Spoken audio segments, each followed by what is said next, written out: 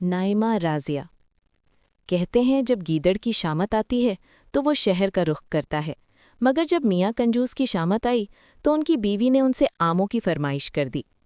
मियाँ कंजूस का असल नाम हामिद खां था, मगर मोहल्ले का हर छोटा बड़ा कंजूसी की वजह से उनको मियाँ कंजूस कहता था।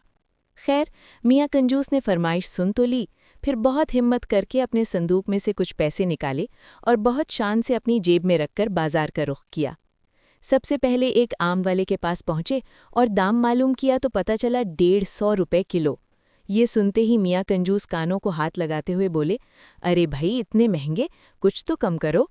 ये सुनकर आम वाले ने जवाब दिया, इससे सस्ते लेने हैं तो आगे जाओ। मियाँ कंजूस फौरन आगे हो लिए। आगे चलकर दाम दरियाफ्त करने पर मालूम हुआ कि आम 150 रुपए किलो ही हैं।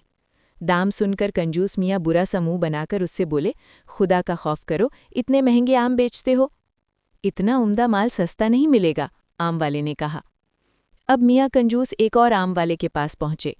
आमों की हालत काबिले दीद थी, पिचके गले सड़े, जिनसे रस बह रहा था। हजारों की तादाद में मक्खियां भिनभिना रही थीं।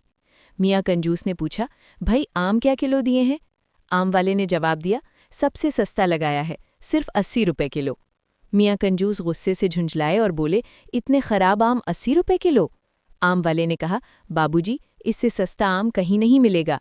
हाँ, आपको मुफ्त चाहिए तो वो सामने कुएं पर आम का दरख्त लगा है, वहां से तोड़ लो। ये सुनकर मियाँ कंजूस बहुत खुश हुए और भागे भागे जाकर कुएं पर चढ़ गए और उछल उछल कर आम तोड़ने लगे। अचानक उनका पैर फिसल गया और मियाँ कंजूस कुएं में जा गिरे। वो तो खैर हुई कि कुआं खुश्क था, मगर मियाँ कंजूस गिरते ही उठ खड़े हुए और कपड़े झाड़कर कुएं में पड़े हुए आम उठाकर झोली में भरने लगे। मगर जब ऊपर नज़र उठाई तो बहुत परेशान हुए कि अब कुएं से किस तरह निकला जाए।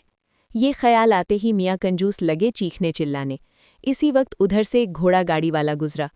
उसने जब ये आवाज़ें सुनी और मियाँ कंजूस को कुएं में देखा तो उसे रहम आ गया और उसने अपनी घोड़ा गाड़ी का रस्सा निकाला और कुएं के अंदर लटकाकर ऊपर से रस्सा मजबूती से पकड़ लिया और कहा कि रस्सा पकड़कर आ जाएं। मियाँ कंजूस ने ऐसा ही किया, मगर अभी जरा सा ही चढ़े थे कि घोड़ा गाड़ी वाला उनका वजन न सह सका और धड़ाम से कुएं में आन गिरा और मियाँ कंजूस दोबारा कुएं में परेशान होकर चिल्लाने लगे। उनके साथ घोड़ा गाड़ी वाले ने भी चिल्लाना शुरू कर दिया। अचानक उस आम के दरख्त का मालिक वहां पहुंच गया। उसने देखा और हैरान होकर पूछा कि तुम दोनों कुएं में क्या कर रहे हो?